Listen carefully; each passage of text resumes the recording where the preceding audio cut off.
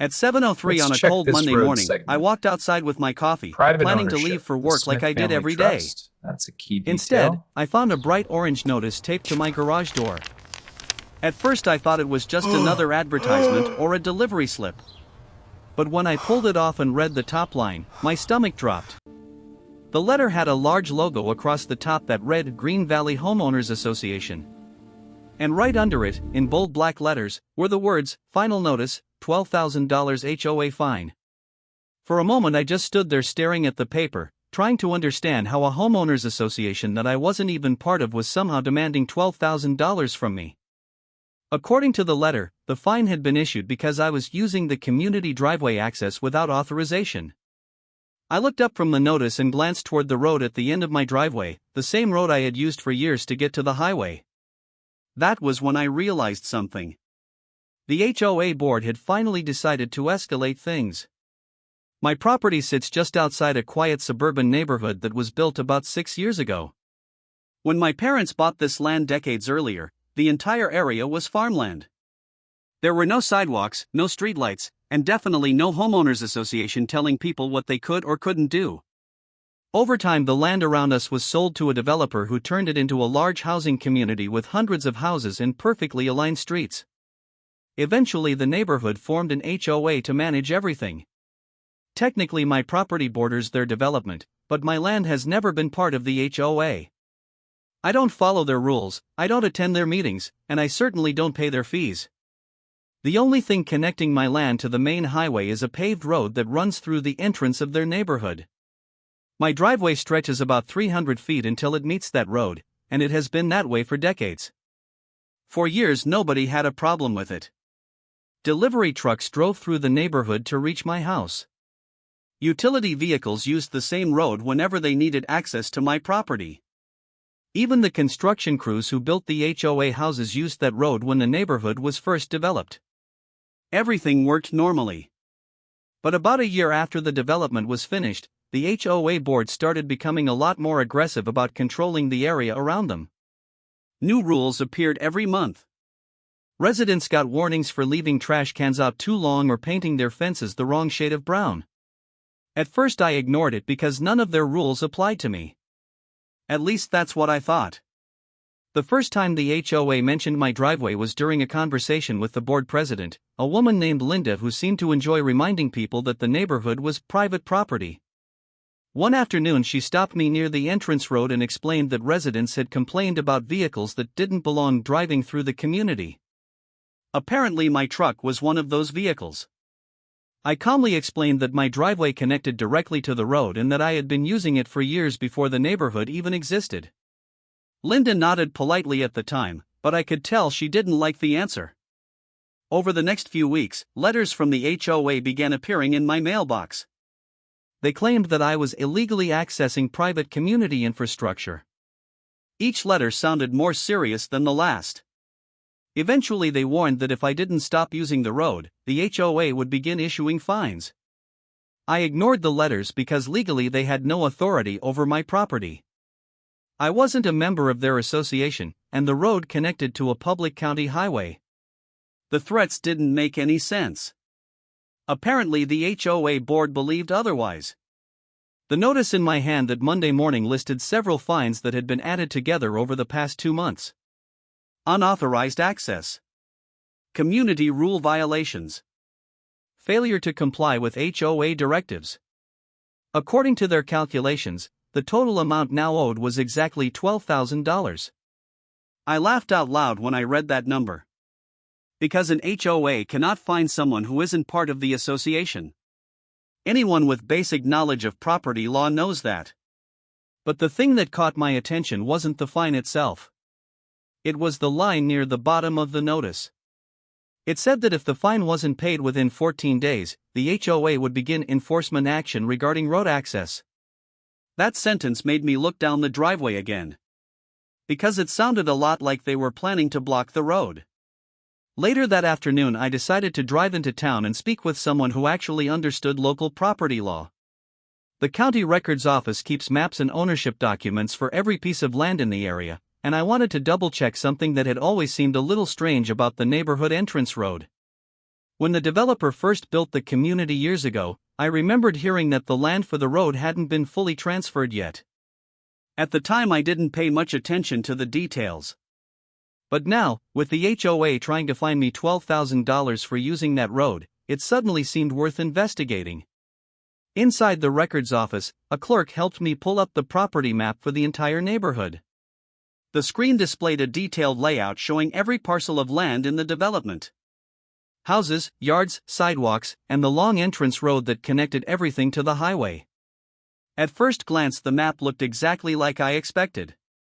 But when I zoomed in on the road itself, something interesting appeared. The road wasn't highlighted as HOA property. Instead, it was sitting on a narrow strip of land with a completely different parcel number. I leaned closer to the screen and opened the ownership record. According to the county database, the strip of land under that road didn't belong to the HOA at all. It belonged to a private property owner. Someone who had owned that land for more than 20 years. I stared at the record for several seconds, slowly realizing what that meant. The Homeowners Association was threatening me with fines and enforcement for using a road they didn't actually own. And if that information in the records was correct, then the HOA board had just made a very expensive mistake. Because the moment I saw the name listed as the current owner of that land, I knew exactly what my next move was going to be. The name on the county record for the land under the neighborhood road belonged to a man named Richard Halvorson. I had never heard the name before, but according to the property file, he had owned that narrow strip of land for over 20 years. Transferred. Immediately, the road this that changes hundreds everything. of HOA residents used This every is my single day was land, technically secured sitting and on his surveyed. property. These I leaned papers back in my prove it. chair inside the county records office, staring at the screen Marking while the the realization entrance. slowly settled in. What's with the flags? The HOA had just Survey fined me work, ma'am. $12,000 for Survey using a for road what? they didn't even own. I printed the property map and the ownership documents before leaving the office. As I walked outside, the late afternoon sun was starting to drop behind the buildings, and I couldn't help smiling a little. The HOA thought they had the power to punish me with fines and threats. But now I knew something they clearly didn't. They didn't control that road. That evening I sat at my kitchen table and dialed the phone number listed in the county record for Richard Halvorson. I didn't expect him to answer right away, but after a few rings an older voice picked up. Hello? I introduced myself and explained why I was calling. At first he sounded confused. Apparently he had almost forgotten that he even owned the property in question.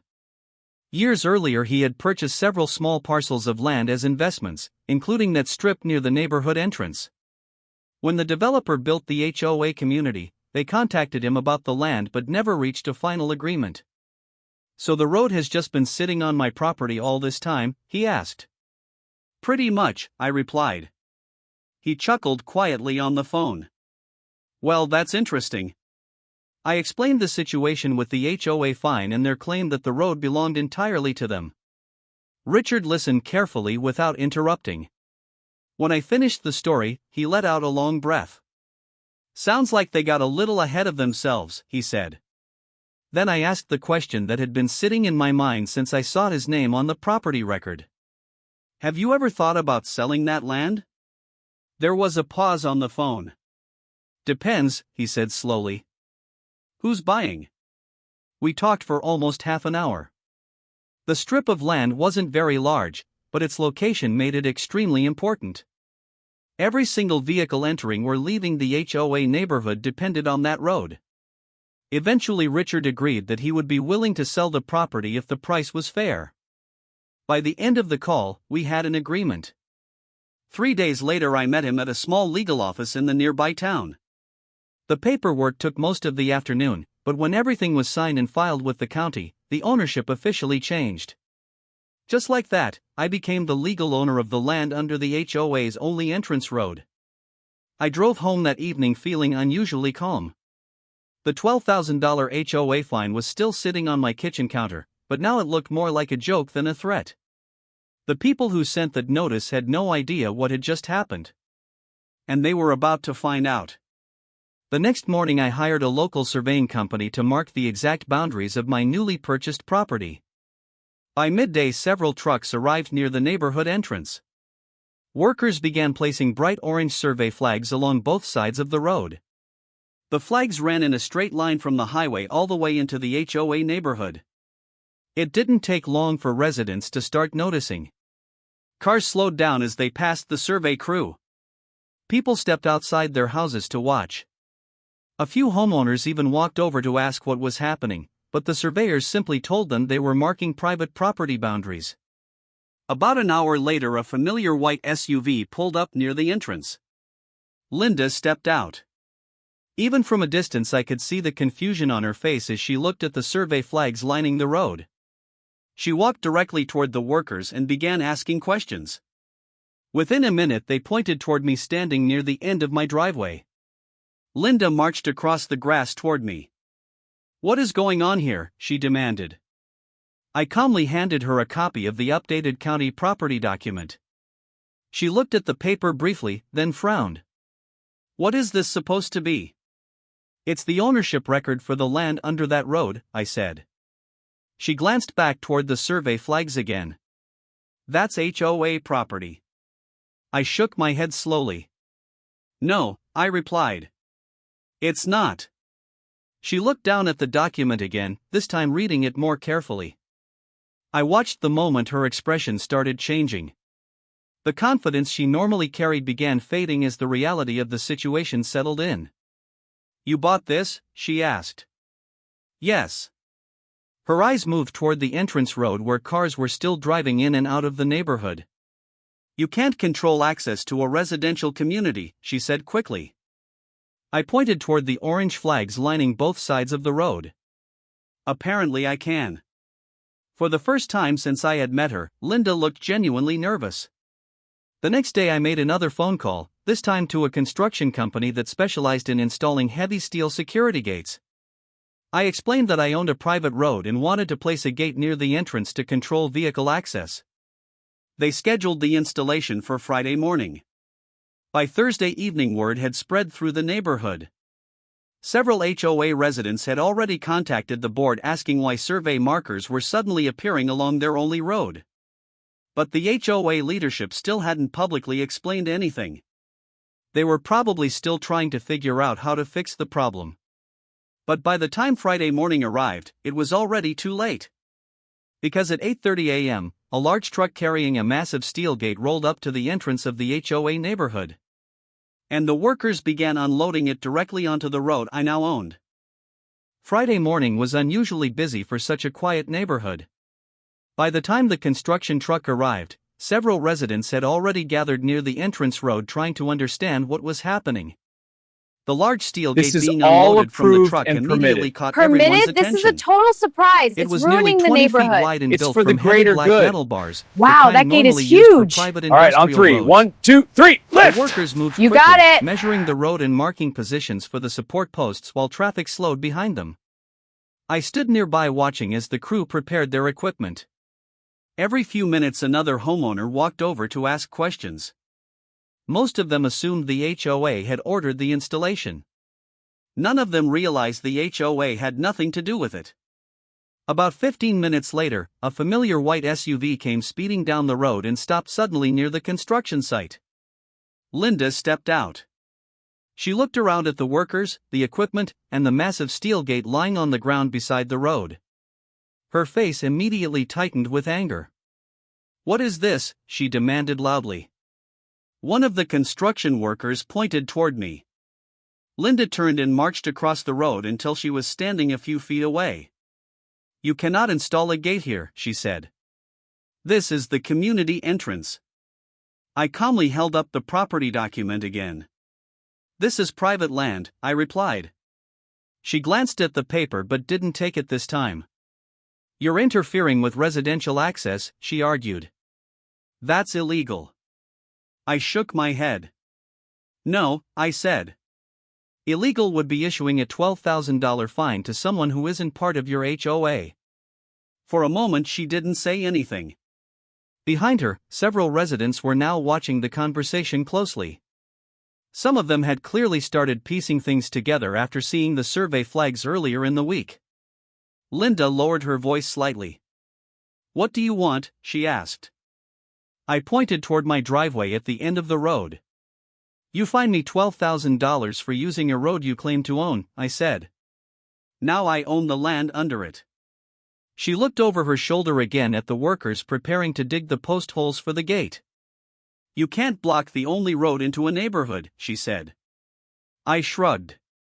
Maybe the HOA should have checked the property records before sending threats. For a few seconds neither of us spoke. Then Linda pulled out her phone and stepped away to make a call. I could hear pieces of the conversation as she walked across the road. She was clearly speaking to other members of the HOA board, trying to explain what was happening. Meanwhile, the construction crew began drilling the first hole for the gatepost. The loud grinding sound echoed down the street. Residents standing nearby started whispering to each other. A few of them looked genuinely worried. It was obvious most of them had no idea the HOA didn't actually own the road. About 10 minutes later, Linda returned. Her expression had changed again, but this time the anger was gone. Now she looked frustrated and tired. The HOA board would like to resolve this situation, she said carefully. I crossed my arms and waited.